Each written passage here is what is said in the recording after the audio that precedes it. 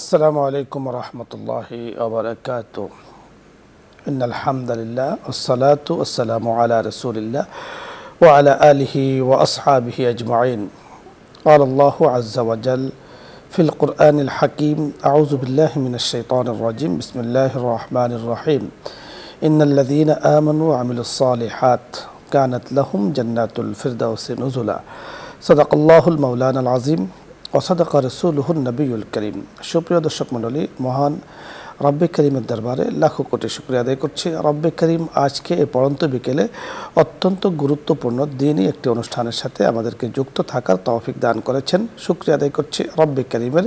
ইয়া রব্বি লাকাল হামদ কামা ইয়ানবাগি লিজালালি ওয়াজহিক ওয়া আযীমি সুলতানিক। আপনাদের সকলকে আজকের এই সুন্দর আয়োজনে আমন্ত্রণ জানাচ্ছি। আল্লাহ রব্বে করিম হযরত রাসূল আকরাম সাল্লাল্লাহু আলাইহি সাল্লামের মাধ্যমে আমাদেরকে জানিয়ে দিয়েছেন বরকতপূর্ণ আমল কি, অর্থাৎ অল্প আমলে অনেক নেকি পাওয়া যায়। আজকে এই সুন্দর বিষয় নিয়ে আমরা কথা বলবো। কথা বলার জন্য যিনি আমাদের সাথে যোগ দিয়েছেন বিশিষ্ট ইসলামী চিন্তাবিদ, লেখক এবং গবেষক, মিডিয়া আলোচক মুফতি আবু হানিফ মাহমুদি, পরিচালক মারকাজুন নূর আল ইসলামী গাজীপুর। সাথে আছি আমজাদ হুসাইন হেলালি। আসসালামু আলাইকুম। ওয়ালাইকুম আসসালাম ওয়া রাহমাতুল্লাহ। মুফতি সাহেব কেমন আছেন? আলহামদুলিল্লাহ ভালো আছি, আপনি ভালো আছেন? আলহামদুলিল্লাহ। আজকে আপনার কাছে আমরা বরকতপূর্ণ আমলগুলো শুনবো। ফরায়েজ যেগুলো আছে, ওয়াজিবাত যেগুলো আছে, সুন্নতে মুআক্কাদা, এগুলো তো পালন করতেই হয়। বিশেষ করে এমন কিছু আমল রাসূল আকরাম সাল্লাল্লাহু আলাইহি ওয়াসাল্লাম আমাদেরকে বাতলিয়ে গিয়েছেন যে আমলগুলোর মাধ্যমে অনেক নেকি পাওয়া যায়। যেমন আমরা এক জায়গায় পেয়েছি যে 3 বার সূরাতুল ইখলাস যদি কেউ তেলাওয়াত করে তাহলে তাকে 1 খতম কোরআনে কারীমের তেলাওয়াতের সওয়াব দেওয়া হয়। এখানে দেখা যাচ্ছে অল্পতেই অনেক নেকি পাওয়ার একটা সুযোগ আছে। অনুরূপভাবে সূরাতুল ইয়াসিনের আমল, অনুরূপভাবে প্রতিদিন সকাল এবং সন্ধ্যায় সূরা হাশরের শেষ 3 আয়াতের আমল, প্রতিদিন সকাল সন্ধ্যায় যদি কেউ আমল করে, সকালে করলে 70,000 ফেরেশতা তার জন্য দোয়া করতে থাকে, মাগফিরাতের দোয়া করতে থাকে। আবার সন্ধ্যায় যদি পড়ে 70,000 ফেরেশতা তার জন্য দোয়া করতে থাকে।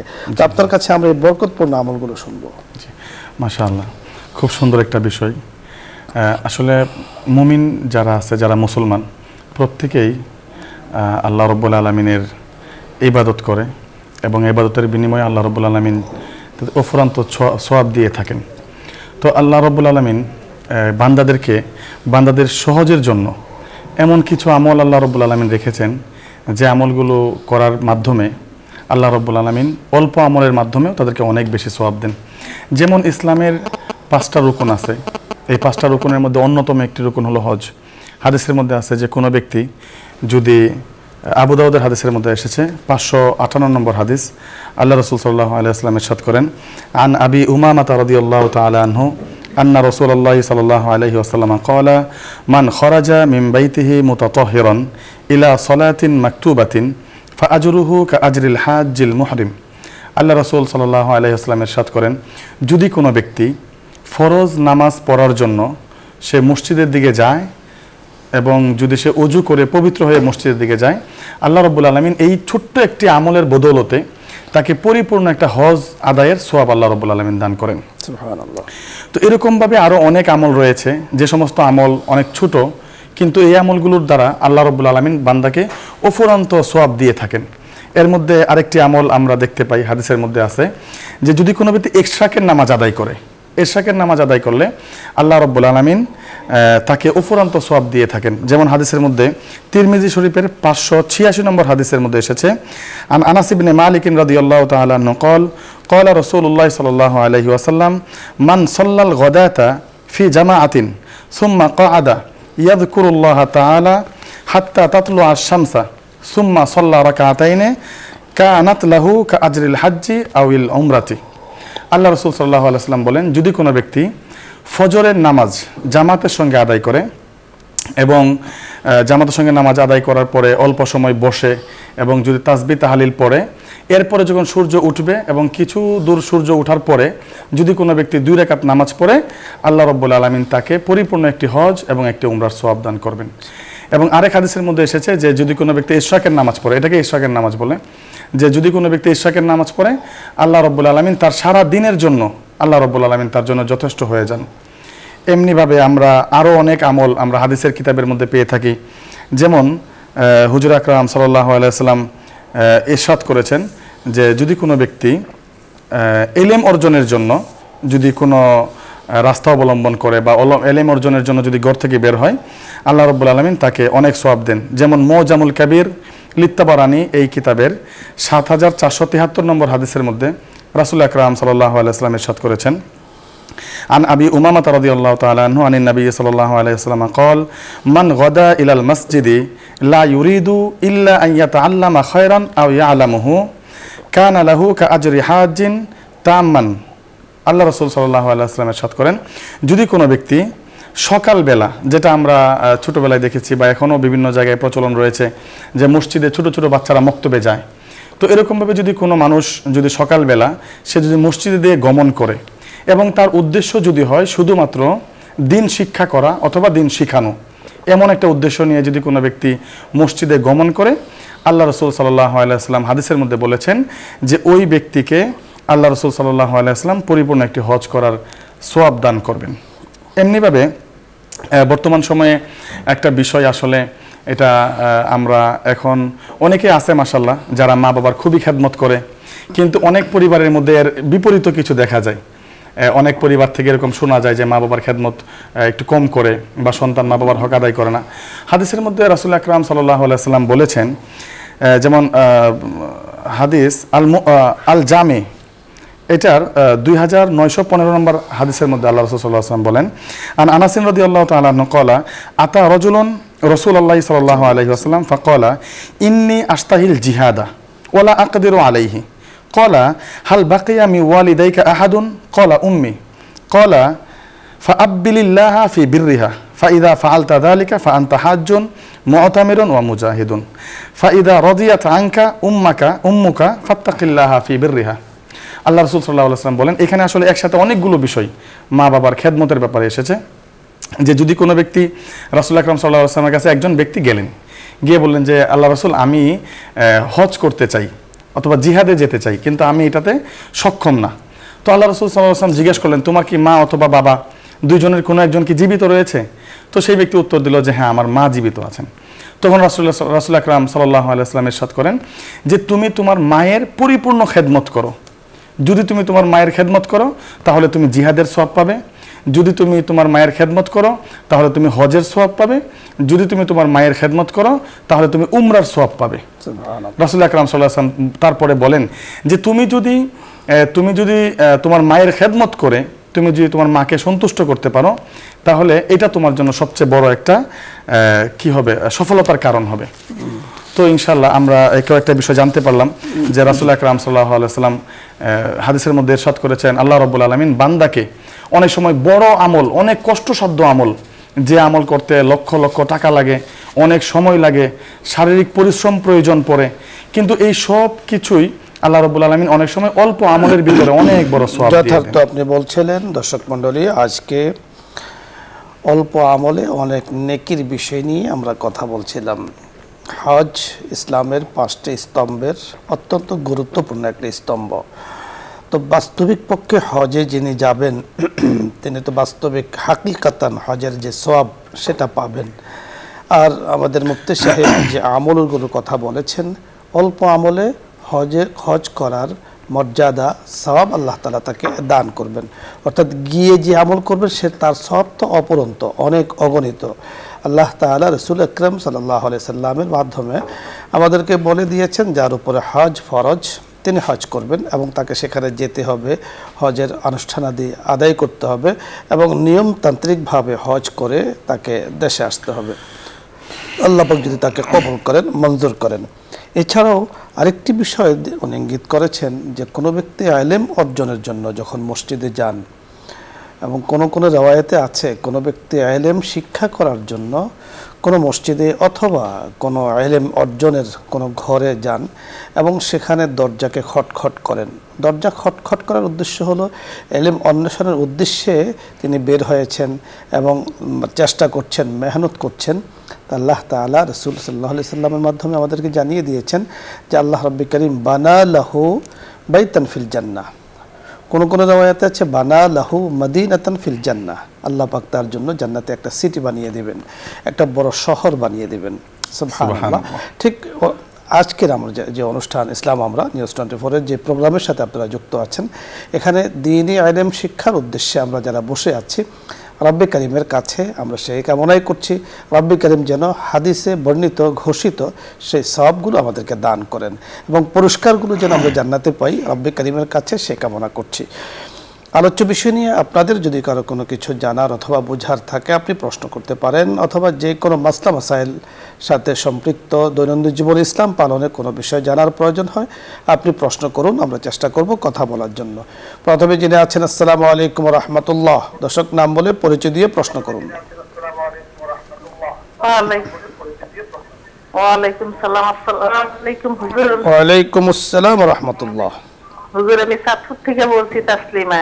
জি বলুন। হুজুর আপনারা যে বললেন মসজিদে যদি ইলম শিক্ষা দেয় তো ছেলেরা যায়, তাহলে সব যে মেয়েরা যে ঘরে শিক্ষা দিলে তাকে কি একই তুলনা সব? জি। একটা আরেকটা হচ্ছে ছেলেরা তো বাসমাল সময় খেদমত করতে পারে, মেয়েরা তো বিয়ে দিলে স্বামীর বাড়িতে জায়গা, তখন মেয়েরা কি করে বাসমার খেদমত করবো, কি করণীয়? জি, দুটো প্রশ্নই অত্যন্ত গুরুত্বপূর্ণ।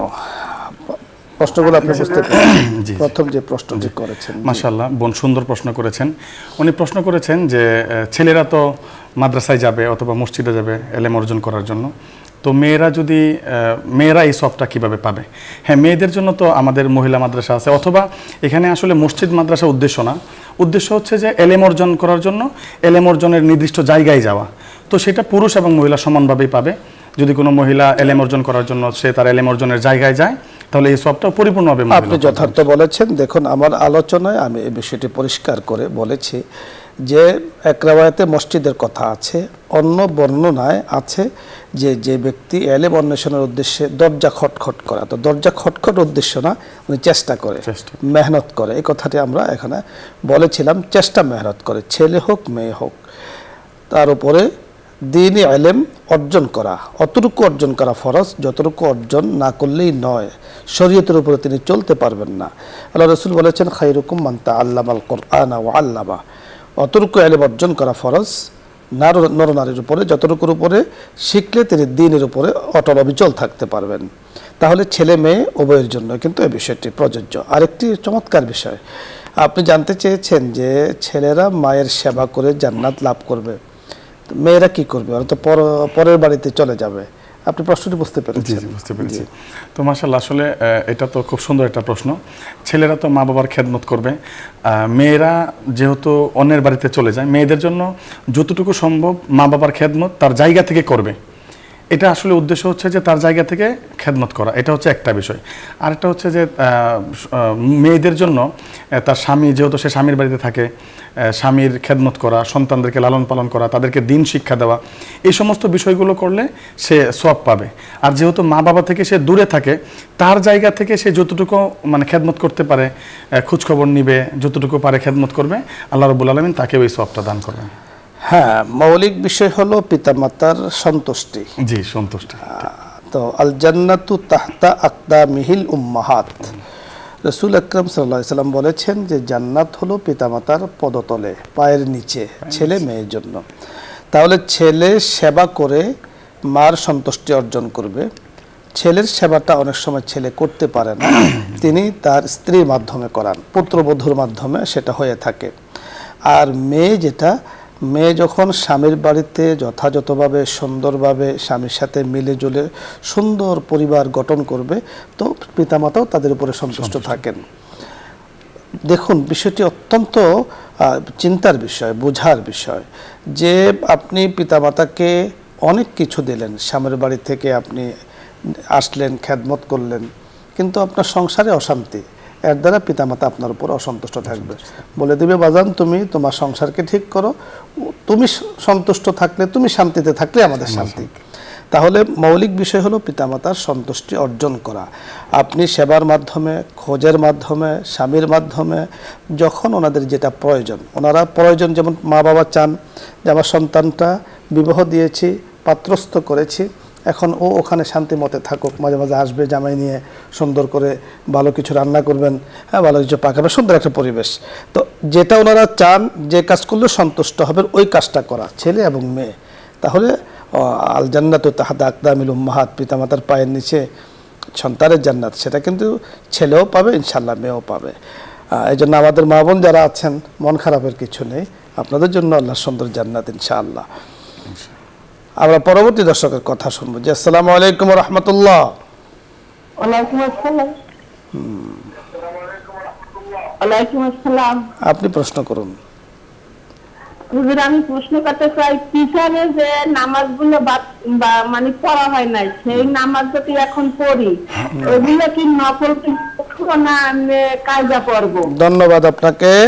ফরজ কখনো নফল হয় না, ফরজ ফরজই থাকে। আপনি শুনতে থাকুন, আমরা আপনাকে বুঝিয়ে বলছি আপনার কি করণীয়। জি, মাশাআল্লাহ, খুব সুন্দর একটা প্রশ্ন। যদি কোনো ব্যক্তির, সে পুরুষ হোক বা মহিলা হোক, যদি তার জীবনের পিছনে নামাজ কাজা থাকে, এটাকে কিতাবের ভাষায় উমরি কাজা বলে, তার জীবনের পিছনে যদি কোনো নামাজ কাজা থাকে, তাহলে তার সবগুলো নামাজই পড়তে হবে। এখন যদি তার অল্প নামাজ কাজা থাকে, তাহলে তো সে এটা জানাই থাকবে যে আমার এই কয়েকটা নামাজ কাজা হয়েছে। আর যদি তার অনেক লম্বা সময় যদি মনে করে যে আমার অনেক দিনের নামাজ কাজা, তাহলে সে এইভাবে নিয়ত করবে যে আমি আমার জীবনের প্রথম যে ফজরের নামাজটা, এটা আমি কাজা করতেছি, এবং এটা ফরজ, এবং এটা ফরজের নিয়তই করবে, শুধু কাজার নিয়ত করবে আদার জায়গায়। এবং এরপরে এইভাবে যখন জোহরের নামাজটা কাজা করবে, সে নিয়ত করবে যে আমার জীবনের প্রথম যে জোহরের নামাজ সেটা আমি কাজা করতেছি, যদি লম্বা নামাজ হয়। এবং এইভাবে সে নামাজগুলো আদায় করতে করতে এক পর্যায়ে যদি তার মনের ভিতরে এমন একটা উদ্রেক হয় যে হ্যাঁ, আমার মনে হয় এখন নামাজ কাজা হয়ে গেছে, আমার আর বাকি নাই, আদায় হয়ে গিয়েছে, জি আমার আর বাকি নাই, তাহলে এমন একটা পর্যায়ে যখন যাবে তখন তার যথার্থ বলেছেন। অর্থাৎ নফলের নিয়ত করা যাবে না, কাজা ফরজের নিয়তে আপনাকে করতে হবে। পরবর্তী দর্শকের কথা শুনবো। জি, আসসালামু আলাইকুম ওয়া রাহমাতুল্লাহ। ওয়ালাইকুম আসসালাম। হ্যালো। ওয়ালাইকুম আসসালাম। জি, হ্যালো। টিভির ভলিউম কমিয়ে কথা বলুন। জি, আপনি প্রশ্ন করুন। জি, বলছিলাম যে রোজা ছিলাম, জি বুঝছেন, রোজার সময় গলা শুকায় যায়, গলা শুকালে কি রোজা ভাঙ্গে যায়? আমরা বুঝতে পারিনি, আরেকবার বলুন। টিভির ভলিউম বাড়িয়ে রেখেছেন, আপনি যেখান থেকে কথা বলছেন ভলিউম কমিয়ে এরপরে কথা বলুন।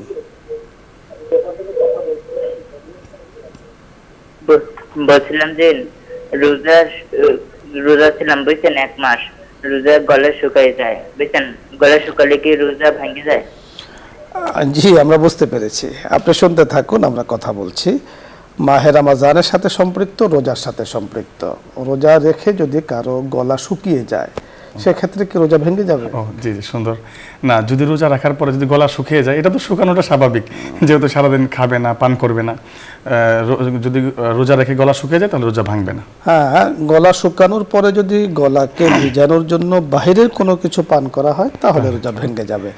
আপনার গলা শুকিয়ে গিয়েছে, এখন আপনি 1 গ্লাস পানি খেয়েছেন ইচ্ছাকৃতভাবে, অথবা কিছু খেয়েছেন গলাটাকে ভিজানোর জন্য, তাহলে গলা কিন্তু আপনার রোজা ভেঙে যাবে। এখানে একটি প্রাসঙ্গিক মাসআলা আমাদের বলতে হয়, অনেকে না বোঝার কারণে সেটা করে, যে গলা যখন শুকিয়ে যায় তো মুখের লালা জমাট করে উনি সেটাকে গিলে ফেলেন। এটার দ্বারা রোজা ভাঙবে না, যেহেতু বাহিরের কিছু নয়, কিন্তু রোজা মাকরু হয়ে যাবে। মুফতিয়ানে কেরাম বলেছেন রোজার সওয়াবটা কমে যাবে। এজন্য এই কাজটিও আমরা রোজা রেখে করব না। আমরা পরবর্তী দর্শকের কথা শুনবো। জি, আসসালামু আলাইকুম ওয়া রাহমাতুল্লাহ। ওয়ালাইকুম আসসালাম। হ্যালো, আসসালামু আলাইকুম। ওয়া আলাইকুম আসসালাম। জি হুজুর, আমি একটা প্রশ্ন করতে চাচ্ছি। জি, আমার ছেলে আকিকা দিব বুঝছেন, জি, তা আকিকা ওর বাবার নাই, মত নাই, উনি ইসলামের একটু ইসলামকে একটু কম পছন্দ করেন। এখন বাবার টাকা দিবে, কিন্তু উনি উপস্থিত যদি না থাকে, তাহলে কি আকিকা হবে? জি, আমরা বুঝতে পেরেছি, আপনাকে ধন্যবাদ জানাচ্ছি। বুঝতে পেরেছি, বিষয় আর পরিষ্কার করে বলার দরকার নেই, পরিষ্কার আমরা বুঝতে পেরেছি। বুঝতে পেরেছেন প্রশ্নটি? মাশাআল্লাহ, সুন্দর। তো উনি যে প্রশ্নটা করেছেন যে ওনার ছেলের আকিকা করবেন, ওনার স্বামী এতটা এটার মধ্যে ইনভলভ থাকতে ইচ্ছুক না, কিন্তু উনি টাকা দিবেন এবং তিনি হয়তো বা অনুষ্ঠানে থাকবেন না। এতে কোনো সমস্যা নাই। যদি কোনো ব্যক্তি মানে আকিকা করা হচ্ছে বাচ্চাদের কয়েকটা আমলের ভিতরে অন্যতম একটা আমল হচ্ছে আকিকা করা, এবং আকিকা যদি বাবার টাকা দিয়ে করে বা যেভাবেই করুক, আকিকা করলে আকিকা সহি হবে এবং তার বাবার এখানে উপস্থিত থাকাটা আবশ্যক না। তবে তাকে বোঝানো যে ইসলামিক, আপনি যথার্থ বলেছেন, বাবা ইসলাম পছন্দ করে না, এই জায়গাতে আমরা যদি একটু কথা বলি যে ইসলাম পছন্দ না করার কারণ কি। নিঃসন্দেহে ওনার কাছে হয়তোবা কোনো কারণ নেই, জানা কোনো ব্যাখ্যা নেই, অথবা ব্যাখ্যা আছে সেটা ভুল। এজন্য আপনার স্বামীকে আপনার মাধ্যমে আমরা জানাতে চাই, বলতে চাই যে উনি যেন নিয়মিত ইসলাম আমার এই প্রোগ্রামটি দেখেন। দেখলে আল্লাহ চাহে তো এ ওসিলা আল্লাহ তাআলা ওনার মধ্যে একটা পরিবর্তন এনে দিতে পারেন। কারণ ইসলামের মধ্যে সকল সুন্দর দিকগুলো আছে, অসুন্দর কিছুই নেই। তাহলে সুন্দরটাকে গ্রহণ করব আমি, অসুন্দরটা তো নেই সেখানে, আমি কেন গ্রহণ করব না? অনেক সময় আমাদের অবুঝের কারণে আমরা ভিন্ন কিছু বুঝে থাকি, অনেকেই বুঝে থাকেন, সেটাও না জানার কারণে, কম ইলমের কারণে, অজ্ঞতার কারণে। এটা ইসলামের কিছু নয়। দেখুন আমাদের কিতাবের মধ্যে একটি উপমা দেওয়া হয়েছে যে কোনো অন্ধ মানুষ যদি, ধরুন এই আমরা যেখানে আছি, যে স্টুডিওতে আমরা বসে আছি, এখানে ক্যামেরা ফিট করা আছে, এখানে টেবিল আছে, আমি আপনি বসা আছি, চেয়ার বসা রাখা আছে, প্রত্যেকটি অত্যন্ত সুচিন্তিতভাবে কিন্তু জায়গাতে রাখা হয়েছে, যেটাকে যেখানে রাখা দরকার। এখন কোনো অন্ধ ব্যক্তি যদি এই ঘরে প্রবেশ করার পরে সে কিছু দেখে না, এখন সে জায়গায় বেজায়গায় কিন্তু ঠক্কর খাবে, জায়গায় বেজায়গায় ধাক্কা খাবে। এখন চিন্তা করলো যে এই ঘরের মধ্যে কে এভাবে জিনিসপত্র রাখলো, আমি খালি বাড়ি খাচ্ছি আর পড়ছি। তাহলে এখানে আমাদের বুঝের বিষয় যে এই যে সে যে টক্কাও খাচ্ছে, এটা কি রাখার কারণে না তার না দেখার কারণে? নিঃসন্দেহে তার না দেখার কারণে, তার কম বুঝের কারণে। ঠিক আল্লাহ পাকের সৃষ্টি, আল্লাহ পাকের মাখলুক, আল্লাহ পাকের বিধানগুলো কেউ যদি কোনো কিছু এখানে কোনো আপত্তি করে, তার অজ্ঞতার কারণে, তার মূর্খতার কারণে, হ্যাঁ, তার না জানার কারণে। ইসলামের আল্লাহ পাকের প্রত্যেকটা সৃষ্টি, প্রত্যেকটা কিছুই কিন্তু অত্যন্ত সুন্দর। তা আপনার স্বামীকে মুসলিম, উনি নিঃসন্দেহে ওনার ভেতরে ইসলামের আমার কি বলো মহাব্বত আছে বলেই তো উনি টাকা দিচ্ছেন, সন্তানের আকিকা করছেন, এবং এই বিশ্বাসও আছে যে এই আকিকা টাকাটা যদি আমি দেই, আকিকা হবে, আকিকার মাধ্যমে আমার সন্তানকে আল্লাহ তাআলা বালা মুসিবত থেকে হেফাজত করবে, সেটাও তার আছে। আমরা বলবো আকিকাকে উনি থাকুন আর না থাকুন, গোশত একটু খাওয়াবেন ওনাকে, আকিকার যে গোশত হবে একটু খাওয়াবেন ওনাকে, আল্লাহ তাআলা এই বরকতও ওনাকে মাফ করে দিতে পারেন। পরবর্তী দর্শকের কথা আমরা শুনবো। জি, আসসালামু আলাইকুম ওয়া রাহমাতুল্লাহ। আসসালামু আলাইকুম। ওয়া আলাইকুম আসসালাম। হুজুর, আমি গত বৃহস্পতিবারে প্রশ্ন করেছিলাম আযান সম্বন্ধে, আপনি আমার প্রশ্নটা পুরো শুনেন, তারপরে উত্তর দিন। বলুন। মুয়াজ্জিন আযান দেয় যখন, তখন আশহাদু আল্লা ইলাহা ইল্লাল্লাহ, তখন কুররাতু আইনি বিকা ইয়া রাসূলুল্লাহ, এটা বললে নাকি বলে দুই হাতে বৃদ্ধা আঙ্গুলে চুমু দিয়ে চোখে বোলালে নাকি নবী করিম সাল্লাল্লাহু আলাইহি সাল্লাম সাফায়াত করে তাকে বেহেশতে নিয়ে যাবে। এটা কতটুকু হাদিস সম্বন্ধ? হ্যাঁ, আপনি যথার্থ বলেছেন। আমরা আপনার এই প্রশ্নের উত্তরে শরীয়তের মূল কথাটা কিন্তু আমরা আপনাকে জানিয়ে দিয়েছি। আযানের উত্তর নিয়ে কি বলতে হয়, হাদিসে কি আছে, পরিষ্কার ভাষায় আপনাকে আমরা জানিয়ে দিচ্ছি। ওয়া আলাইকুম আসসালাম, আপনি শুনতে থাকুন। জি, এখানে সালামে আজান যখন হয়, আজানের উত্তর দিতে হয়। তো আজানের উত্তরের মধ্যে আশহাদু আল্লা ইলাহা ইল্লাল্লাহ, এখানে আশহাদু আল্লা ইলাহা ইল্লাল্লাহ বলতে হয়। তো এখানে অন্য কোনো কিছু বলা, আপনি যেটা বললেন, বা আদার্স যদি কোনো কিছু থাকে, বা হাত নিয়ে অনেকেই মুখে চুমুকায়, চোখে চুমুকায়, এগুলোর আসলে হাদিসের ভিতরে কোনো সহিহ কোনো ভিত্তি নেই, আমাদের অন্তত জানা নেই। হাদিসে যতটুকু আছে, মা ইয়াকুলুল মুয়াজ্জিন যা বলছে তোমরা উত্তরে তাই বলো, হাদিসে এই কথাটি পরিষ্কার আছে। তো মুয়াজ্জিন আশহাদু আল্লা ইলাহা ইল্লাল্লাহ বলছেন, আপনিও আশহাদু আল্লা ইলাহা ইল্লাল্লাহ বলবেন। মুয়াজ্জিন আশহাদু আন্না মুহাম্মাদুর রাসূলুল্লাহ বলছেন, আপনিও তাই বলবেন, আমরাও তাই বলবো। ঠিক উত্তরদাতা মুয়াজ্জিন যা বলছেন হুবহু তাই বলবেন। অন্য কোনো কিছুর আপনি সেগুলো করুন, আদায় করুন, অর্থ যদি ঠিক থাকে, সহিহ সনদে বর্ণিত থাকে, আমল করুন। বাট আজানের ক্ষেত্রে কিন্তু এতটুকু আমরা পেয়েছি। পরবর্তী দর্শকের কথা শুনবো। আসসালামু আলাইকুম ওয়া রাহমাতুল্লাহ।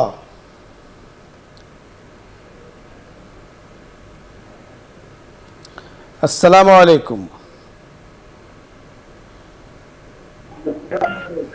জি দর্শক, পরবর্তী দর্শক। ওয়ালাইকুম আসসালাম ওয়া রাহমাতুল্লাহ। আপনি প্রশ্ন করুন। আমি আমি আপনি নিয়মিত দর্শক। জি দর্শক জি হুজুর, আমার জন্য দোয়া করবেন। আর হুজুর, আমি তো নামাজ পড়ি, রোজা রাখি, সোমবার বৃহস্পতিবার, এগুলি আমার স্বামী সন্তান পছন্দ করে আর বলে যে আমি এগুলি দেখানোর জন্য করি। এখন কি নামাজ বাদ দেবো আমি? আমরা বুঝতে পেরেছি আপনাকে। আপনি আমাদের এই প্রোগ্রামের নিয়মিত একজন দর্শক। আপনাকে ধন্যবাদ। নিউজ 24-এর পক্ষ থেকে, ইসলাম আমরা অনুষ্ঠানের পক্ষ থেকে। আপনি নামাজ রোজা করেন, হয়তোবা কেউ পছন্দ করে না। কে পছন্দ করলো না করলো বিষয়টা তা নয়, আমার আল্লাহ পছন্দ করেছেন কিনা সেটা হলো মৌলিক বিষয়। আল্লাহ পাক সন্তুষ্ট, তো সকলেও যদি আমার উপর অসন্তুষ্ট থাকে কিছু যায় আসে না। আর সারা দুনিয়া যদি সন্তুষ্ট থাকে, আল্লাহ তাআলা অসন্তুষ্ট থাকেন, সেখানে কিন্তু বড় বিপদ আছে। এজন্য রাসূল আকরাম সাল্লাল্লাহু আলাইহি সাল্লাম বলেছেন, লা তাআতা লিমাখলুকিন ফি মাসিয়াতিল খালিক। কোনো মাখলুকের, আল্লাহ পাকের নাফরমানি করতে গিয়ে কোনো মাখলুকের অনুসরণ করা যাবে না। হতে পারে আপনার ভেতরে মানুষ হিসাবে এই বিষয়টা আসতে পারে যে আমি নামাজ পড়ছি, রোজা রাখছি, কেউ পছন্দ করে না। একটা পর্যায়ে শয়তান আপনাকে কোনো ধরনের ওয়াসওয়াসা দিতে পারে, সেটা শয়তানের পক্ষ থেকে, যে তুমি তাহলে আস্তে আস্তে দূরে সরে যাও, আল্লাহ মাফ করুন। এটা কিন্তু মারাত্মকভাবে অপরাধ হয়ে যাবে। আপনি আদায় করুন। আপনাকে মনে রাখতে হবে, কথা আসলে প্রাসঙ্গিক কথা মনে পড়ে, হযরতে কি বলে ফেরাউনের যে স্ত্রী আসিয়া আলাইহিস সালাতু ওয়াস সালাম, ফেরাউনের স্ত্রী, ফেরাউন নিজে খোদা দাবি করেছিল। তো হয়তো আসিয়ার কোনো কাজই তার পছন্দ হতো না, কিন্তু উনি এই বিপদে থেকেও একজন আল্লাহ পাকের দ্রোহী, ইসলাম দ্রোহী, আল্লাহ দ্রোহী ব্যক্তির ঘর করেও আল্লাহ পাকের সন্তুষ্টি তিনি কামনা করেছেন। এবং ফেরাউনের যে দাসী ছিল সুয়াইবা, আমাদের বুজুর্গানে দিন লিখেছেন এই সম্পর্কে যে ওনার যে মাকবারা, যেখানে কবর আছে, সেখান থেকে সেই তখন থেকে নিয়ে আজও পর্যন্ত সেই কবর থেকে গ্রাণ ছড়াচ্ছে। সুবহানাল্লাহ। তো আপনি ভিন্ন পরিবেশে, প্রতিকূল পরিবেশে ইবাদতের মধ্যে কিন্তু মজা আছে। আশা করছি আপনি কিন্তু ইবাদত থেকে কোনোভাবে সরবেন না। আমরা পরবর্তী দর্শকের কথা শুনবো। আসসালামু আলাইকুম ওয়া রাহমাতুল্লাহ। ওয়ালাইকুম আসসালাম ওয়া রাহমাতুল্লাহ। হুজুর ভালো আছেন? আলহামদুলিল্লাহ, আল্লাহ তাআলা ভালো রেখেছেন। হুজুর, অনেকদিন ধরে চেষ্টা করতেছি, ফোনটা ধরতেছে না। আমি একটু কথা বলবো। আমি আরো আগে আপনার কাছে প্রশ্ন জিজ্ঞাসিলাম যে 2 বছর আগে আমার লগে মানে তালাক ঘটনাটা হয়েছিল, বুঝলেন? কিন্তু এখন হলো যে এই ঘটনাটার পরে আর কি কিছু করে না। আর আপনারা লিখিত দিতে বলছেন, তাই আমি অন্য হুজুরের কাছে মানে লিখিতর মতন দিছি। তারা বলছে যে এভাবে রাগের মাথায় বলছে, তাই এটা তালাক হয় নাই। তারা মাদ্রাসায় চাকরি করে, বুঝলেন, অনেক দূরে যায়, নাম জানি না, ঢাকার ভিতরে। পরে সে এখন তো ধরেন এরকম যদি আমাকে কোনো কিছু বাবু টবু হয়ে যায় এইভাবে, এতে কি আমাকে কোনো গুনাহ হবে? কি করবো তাহলে আমরা? তালাক বুঝতে পেরেছি, 2 বছর আগে তালাক দিয়েছে। জি ধন্যবাদ। আমরা একটু বিষয়টি নিয়ে আলোচনা করার চেষ্টা করছি। 2 বছর আগে তালাক হয়েছে। তো আমরা আমাদের কাছে প্রশ্ন করেছিলেন, আমরা আমাদের এই অনুষ্ঠানে তালাক সংক্রান্ত কোনো মাসআলা মুখে বলি না। তো পরামর্শ দিয়েছিলাম যে স্থানীয় কোনো মুফতি আয়না কেরাম থেকে বিষয়টি আপনারা জেনে নেন, সেখান থেকে যে যা বলে তাই অনুযায়ী চলবেন। তো উনি বলেছেন যে স্থানীয় কারো কাছ থেকে জিজ্ঞাসা করেছেন। এক্ষেত্রে আপনাকে আমরা একটু জিজ্ঞেস করতে চাই, আপনার উত্তর না দিলেও চলবে। স্থানীয় ওলামায়ে কেরাম বলতে যারা ফতুয়ার উপরে, ইফতা শাস্ত্রের উপরে যারা পড়াশোনা করেছেন, ইসলামিক আইন শাস্ত্র নিয়ে যারা পড়াশোনা করেছেন, প্রচুর গভীর মোতালা আছে, মোতালা বলা হয় অধ্যয়ন আছে, গভীরভাবে তারা পড়াশোনা করেছেন। লিখিত সমাধান আপনাকে দিয়েছেন কিনা এবং উদ্ধৃতি সেখানে আছে কিনা, কিতাবের হাওয়ালা যাকে বলা হয় সেগুলো সে দেয়া আছে কিনা। যদি সব ঠিকঠাক থাকে, আদরার পরামর্শ দিয়ে থাকেন যে তালাক হয়নি, তাহলে তালাক হয়নি, তালাক হয়নি, তাহলে ওই অনুযায়ী আপনারা চলতে পারবেন। আর যদি ওনারা কি পরামর্শ দিয়েছেন সেটা আপনি ভালো বলতে পারবেন। আপনার মুখের কথার উপরে আমরা কিন্তু কথা বলছি। আমরা বলবো যে এই বিষয়টা নিয়ে পুরোপুরি ওনাদের সাথে আপনারা ডিসকাস করুন, আলোচনা করুন এবং সেই অনুযায়ী চলুন আপনারা। পরবর্তী দর্শকের কথা শুনবো। জি আসসালামু আলাইকুম ওয়া রাহমাতুল্লাহ। ওয়ালাইকুম ওয়া রাহমাতুল্লাহ। হুজুর। জি। ওয়ালাইকুম আসসালাম। হ্যাঁ হুজুর, আপনি প্রশ্ন করুন। একটা প্রশ্ন হলো, আমার ওয়াইফে এক মান্নত করছে, বুঝছেন? জি। এক মান্নত করছে, এক কাশি মান্নত করছে এক মাজারে। এখন তো শুনতেছি হাদিসে শুনতেছি যে মান্নত গুলো করার নাই মাজারে, এখন কি করা যায়? আমরা বুঝতে পেরেছি আপনার কথা, আমরা বুঝতে পেরেছি। আপনি শুনতে থাকুন, পরিচয় দিলে ভালো হতো। আমরা কথা বলছি বিষয়টি নিয়ে, বুঝতে পেরেছি। জি জি। যদি কোনো ব্যক্তি কোনো মান্যত করে এবং এই মান্যতটা হচ্ছে কোনো একটা কাজ যদি সম্পাদন হয়ে যায়, তাহলে আমি কিছু একটা আল্লাহ রাস্তায় দান করব। তো যে বিষয়টা, যে জিনিসটা সে মান্যত করবে, এটা শুধুমাত্র আল্লাহর জন্যই হতে হবে, এটা আল্লাহর জন্য দিতে হবে, বা যেখানে বৈধ। এখন সে মাজারে যে জিনিসটা যথার্থ আপনি বলেছেন, বিষয়টি খুব সংক্ষেপে যদি আমরা বলি, আল্লাহ ছাড়া অন্য কারণ হয় না। আপনি যদি বলেছেন আল্লাহ পাক ছাড়া অন্য কারো নামে মান্যত হয় না, তাহলে আপনার স্ত্রী অন্য যার নামে মান্যত করেছেন, আপনি বলেছেন যে অমুক জায়গার নামে করেছেন, তমুক জায়গার নামে কোনো মান্যত হয় না, ব্যক্তির নামে মান্যত হয় না, মান্যত হয় আল্লাহ তাআলার নামে। এখন আপনাদের করণীয় কি? যে বিষয়টি মান্যত করেছেন সেটা সাদকা করে দিবেন আল্লাহ পাকের রাস্তায়, এটা হলো আপনাদের করণীয়। আমরা পরবর্তী দর্শকের কথা শুনবো। জি, আসসালামু আলাইকুম ওয়া রাহমাতুল্লাহ।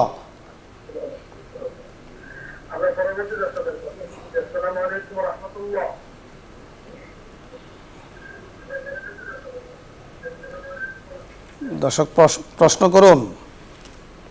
ওয়ালাইকুম আসসালাম রাহমাতুল্লাহ। হুজুর ভালো আছেন? আলহামদুলিল্লাহ, আল্লাহ তাআলা ভালো রেখেছেন। হুজুর আপনার এই অনুষ্ঠান আমরা নিয়মিত দেখি, আমি এবং আমার ওয়াইফ দুজন মিলে প্রতিদিন আসর নামাজের পরে বসি, এবং আপনার অবস্থা অনেক খুব ভালো লাগে। আমার প্রশ্ন হইল হুজুর, আমি হলো অসুস্থ, মানে আমার মাজার হাড় পাই গেছে, তো ডাক্তারের কাছে গেছিলাম, ডাক্তার আমাকে মানে চেয়ারে বসে নামাজ পড়তে বলছে। তো আমি বললাম যে আমি ফুলের বসে নামাজ পড়বো, তো উনি আমাদের বললো যে না, আপনার ফুলের বসে পড়া যাবে না, চেয়ারে বসে পড়তে হবে। এই অবস্থায় হুজুর তাহলে আমি কি করবো, মানে এইভাবে নামাজ হবে কিনা? আপনার কি করণীয়? অত্যন্ত সুন্দর একটি গুরুত্বপূর্ণ মাসআলা আপনি জানতে চেয়েছেন, আমরা আপনাকে বুঝিয়ে বলছি, ইনশাআল্লাহ আপনি বুঝতে পারবেন। জি, মাশাআল্লাহ, খুব সুন্দর প্রশ্ন। তিনি অসুস্থ, কোমরের ভিতরে হাড় ক্ষয় বা এই জনিত কোনো সমস্যা, এবং ডাক্তার বলেছেন যে আপনি চেয়ারে বসে নামাজ পড়বেন, আপনার আগ্রহ হচ্ছে ফ্লোরে বসে নামাজ পড়া। এই ক্ষেত্রে আসলে এটা হচ্ছে কিছুটা সক্ষমতার সাথে সম্পর্ক রাখে। যদি কোনো ব্যক্তি উজরের ক্ষেত্রে যদি প্রথমে সে দাঁড়িয়ে নামাজ পড়বে, যদি না পারে তাহলে বসে পড়বে, যদি না পারে তাহলে সে হাদিসের ভিতরে এসেছে যে টেক লাগায় পড়া বা খাসাবা, মানে কোনো কিছুর সাথে টেক লাগানো, এটাকে আমরা বর্তমানে তাবিল করে থাকি চেয়ারের সাথে। তো যদি আপনার শারীরিক অবস্থা এমন হয়ে থাকে যে আপনার, এবং ডাক্তার যদি বলে থাকে, যে ডাক্তারের বিষয়টা কিন্তু আমাদের ইফতার ক্ষেত্রে বা ফতোয়ার ক্ষেত্রে যথেষ্ট গুরুত্ব রাখে। তো ডাক্তার যদি বলে থাকে চেয়ারে বসে নামাজ পড়ার জন্য, এবং উনি যদি মুসলিম ডাক্তার হয়, তাহলে আপনি চেয়ারে বসে নামাজ পড়তে পারেন। আর যদি আপনার সক্ষমতা এমন মনে হয় যে না আমি বসে পড়তে পারবো, তাহলে আপনি বসেও পড়তে পারেন। ডাক্তার কিন্তু নিষেধ করেছেন ওনাকে। জি, ডাক্তার নিষেধ করলে তাহলে আপনি চেয়ারে বসে নামাজ পড়বেন। যে প্রশ্নটি জানতে চেয়েছেন, সমাধান মোটামুটি আমাদের মুফতি সাহেব দিয়েছেন, বড় চমৎকার সমাধান দিয়েছেন। আমি এর সাথে আরো একটু বিশ্লেষণ করার চেষ্টা করছি যে আল্লাহ তাআলা কোরআনে কারিমে বলেছেন, অফি আনফুসিকুম আফালা তুবসিরুন, তোমাদের ভেতরে এমন কিছু আছে যা তোমরা কি বুঝো না। অর্থাৎ পুরো জগৎটাকে আল্লাহ পাক যেভাবে সাজিয়েছেন, ঠিক একজন মানুষের বডি কীভাবে সাজিয়েছেন। আমি দেখেছি যারা অর্থোপেডিকের উপরে বিশেষজ্ঞ, ওনাদের কাছে যে মাজাটাকে আল্লাহ পাক এমনভাবে সাজিয়েছেন, এটা মানে সুবহানাল্লাহ, আল্লাহ তাআলা দেখলে আল্লাহ পাকের কুদরতের উপরে ঈমান আমাদের আরো বেড়ে যায়। এত সুগোছালো সুনিপুণভাবে সেখানে রেখেছেন। তো ঠিক আপনার মাজার এই পজিশনটা কিন্তু ডাক্তারে বলতে পারেন। আপনি বলেছেন যে চেয়ারে বসে, ডাক্তার সাহেব আপনাকে পরামর্শ দিয়েছেন যে চেয়ারে বসে আপনি নামাজ পড়বেন। আপনি বলেছেন যে আমি টুলে বসে পড়তে চাই, ডাক্তারের অনুমতি দেননি আপনাকে। তো ডাক্তারের কথাটাই আপনাকে মানতে হবে, কারণ আপনি যদি আরেকটু নিচে হয়ে যান তাহলে মাজার যে সমস্যাটা সেখানে বড় সমস্যা হয়ে যেতে পারে, বড় কোনো সমস্যার আপনি সম্মুখীন হয়ে যেতে পারেন। এজন্য এই ক্ষেত্রে আপনাকে ডাক্তার পরামর্শ মেনে চলা এটাই শরীয়তের নির্দেশনা। কারণ লিকুল্লি দাইন দাওয়াউন, প্রতিটা রোগের ওষুধ কিন্তু আল্লাহ তাআলা তৈরি করে দিয়েছেন। ডাক্তার সাহেব বলেছেন, এবং আমরা বলবো যে নিশ্চয় তিনি দিনদার ডাক্তার, আশা করছি। তো ডাক্তারের পরামর্শ মেনে চলা আপনার জন্য জরুরি। কারণ একজন মানুষ যখন চেয়ারে বসে থাকে তখন কেউ বলেন যে দাঁড়িয়ে আছেন। একজন মানুষ চেয়ারে বসে থাকলে কেউ বলে না যে আপনি দাঁড়িয়ে আছেন কেন, বলবে যে আপনি চেয়ারে বসে আছেন কেন। তাহলে চেয়ারের মধ্যে বসাটা এটাকে বসা বলে। তাহলে আপনি চেয়ারে বসে নামাজ পড়ুন, আশা করছি আল্লাহ পাকের দরবারে কবুলের আশা করুন, আল্লাহ তাআলা কবুল করুন। মুফতি সাহেব আপনাকে ধন্যবাদ, আজকে সুন্দর আলোচনা করেছেন। দর্শক মণ্ডলী আপনাদের সকলকে ধন্যবাদ জানাচ্ছি, আল্লাহ পাকের কৃতজ্ঞতা জ্ঞাপন করছি। আল্লাহ তাআলা আমাদেরকে এত সুন্দর চমৎকার সুগোছালো এবং আপনাদের জনপ্রিয় একটি প্রোগ্রামের সাথে আমাদেরকে যুক্ত থাকার তৌফিক দান করেছেন। শুকরিয়া রব্বে কারীমের, ইয়া রব্বে লাকাল হামদু কুল্লু ওয়া লাকাস সানাউ কুল্লু। আগামী দিন বিকেল 5টায় আবার নিউজ 24 পর্দায় ইনশাআল্লাহ নির্দিষ্ট বিষয় নিয়ে আলোচনা করব। আপনারা থাকবেন এই আশাবাদ ব্যক্ত করে আজকে আমরা বিদায় নিচ্ছি। আসসালামু আলাইকুম ওয়া রাহমাতুল্লাহি ওয়া বারাকাতুহু। দোয়া হবে, দরুদ ইস্তিগফার পাঠ করি। اللهم صل على محمد وعلى آل محمد كما صليت على إبراهيم وعلى آل إبراهيم إنك حميد مجيد.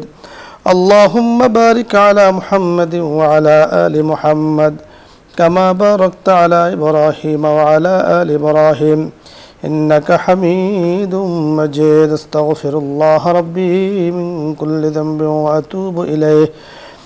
لا حول ولا قوة إلا بالله العلي العظيم. الحمد لله رب العالمين والعاقبة للمتقين وعلى آله وأصحابه أجمعين. يا رب لك الحمد كله ولك الثناء كله ولك المجد كله يا أرحم الراحمين. يا كريم يا رحيم. আমরা গুনাহগার বান্দা আপনার শাহী দরবারে হাত তুলেছে। মাওলাই করিম, এই সুন্দর দুনিয়া সুন্দর বসুন্ধরাকে আপনি কতভাবে মাওলাই করিম সাজিয়েছেন, গুছিয়েছেন, আমাদেরকে জগতের মধ্যে পাঠিয়েছেন। মাওলাই করিম, আপনার হুকুম পালনে যে ত্রুটি হয়েছে, অপরাধ হয়ে গিয়েছে, মাওলাই করিম আপনার কাছে আমরা ক্ষমা চাচ্ছি। মেহেরবানি করে আমাদের সকলকে আপনি মাফ করে দেন। মাওলাই করিম, কত মানুষ নিউজ 24-এর ইসলাম আমরাই প্রোগ্রামের সাথে যুক্ত আছেন, সপরিবারে যুক্ত আছেন, মা বাবা তারা যুক্ত আছেন, আমার যুবক ভাইয়েরা যুক্ত আছেন, দেশের মানুষগুলো যুক্ত আছেন, মাওলাই করিম বসুন্ধরা পরিবারের মানুষগুলো যুক্ত আছেন। ইয়া আল্লাহ, আমরা যুক্ত আছে, দেশের বাহিরে যারা অবস্থান করছেন যুক্ত আছেন, মেহেরবানি করে যুক্ততাকে আপনি কবুল ও মঞ্জুর করে নেন। ইয়া করিম, রহমত দ্বারা আপনি ভরপুর করে দেন, করম দ্বারা ভরপুর করে দেন। মাওলাই করিম, আমাদের সকলের জন্য কল্যাণের ফয়সালা করে দেন। तमाम बला मुसीबत থেকে ইহ এবং পরজগতের খরাফাত থেকে মেহেরবানি করে আমাদের সকলকে হেফাজত করেন। ওগো করিম, আপনার রহমতের চাদরে আমাদেরকে ইয়া আল্লাহ ঢেকে নেওয়ার ব্যবস্থা করে দেন। কোনো অপরাধের কারণে, কোনো গুনার কারণে যদি আপনি তাড়িয়ে দেন, কোথায় যাব? আপনি ছাড়া তো আর কোনো দরবার নাই। ইয়া করিম, আমাকে ছাড়া তো, আমাদেরকে ছাড়া আপনার অনেক বান্দা বান্দি আছে। ওগো করিম, আমাদের তো শুধু আপনি আছেন। মেহেরবানি করে পর জগতে কল্যাণের ফয়সালা করে দেন। ইয়া আল্লাহ, যারা হাত তুলেছেন, আমরা যারা হাত তুলেছি, মাওলাই করিম যাদের পেরেশানি আছে, মেহেরবানি করে পেরেশানিগুলো আপনি দূর করে দেন। ওগো করিম, ইয়া আল্লাহ, আপনি করিম, আপনি দয়াময়, পরম দয়ালু, আপনি রহমান, আপনি রহিম। এত গুনার পরেও তো আপনি দয়া করছেন। গুনাহে বে আদদ রাবারে বস্তম, হাজারা বারে তওবা শিকস্তম। ইয়া আল্লাহ, দয়া করে মায়া করে আমাদেরকে মাফ করে দেন। আমাদের মুরব্বীরা যারা কবরবাসী হয়েছেন তাদেরকে মাফ করে দেন। দেশের মানুষগুলোকে মাফ করে দেন। সর্ব অবস্থায় কল্যাণের ফয়সালা করে দেন। শান্তি ও রাহাতের ফয়সালা করে দেন। ইয়া আল্লাহ, ভেতরে মাওলাই করিম, ইয়া আল্লাহ, আমাদের কলবের ভিতরে ঈমানের মুহাব্বত, কোরআনের মুহাব্বত, শরীয়তের মুহাব্বত মেহেরবানি করে আপনি ইয়া আল্লাহ বসিয়ে দেন। যেই দিন চলে যাব, যেই সময় চলে যাব, ঈমানের মতো মহাদৌলত নিয়ে যেন যেতে পারি সেই তৌফিক দান করেন। ওয়াসাল্লাল্লাহু তাআলা আলা খায়রি খালকিহি মুহাম্মাদিন ওয়া আলা আলিহি ওয়া আসহাবিহি আজমাইন। আমিন বিহুরমতি সাইয়্যিদিল মুরসালিন। আলহামদুলিল্লাহি রাব্বিল আলামিন।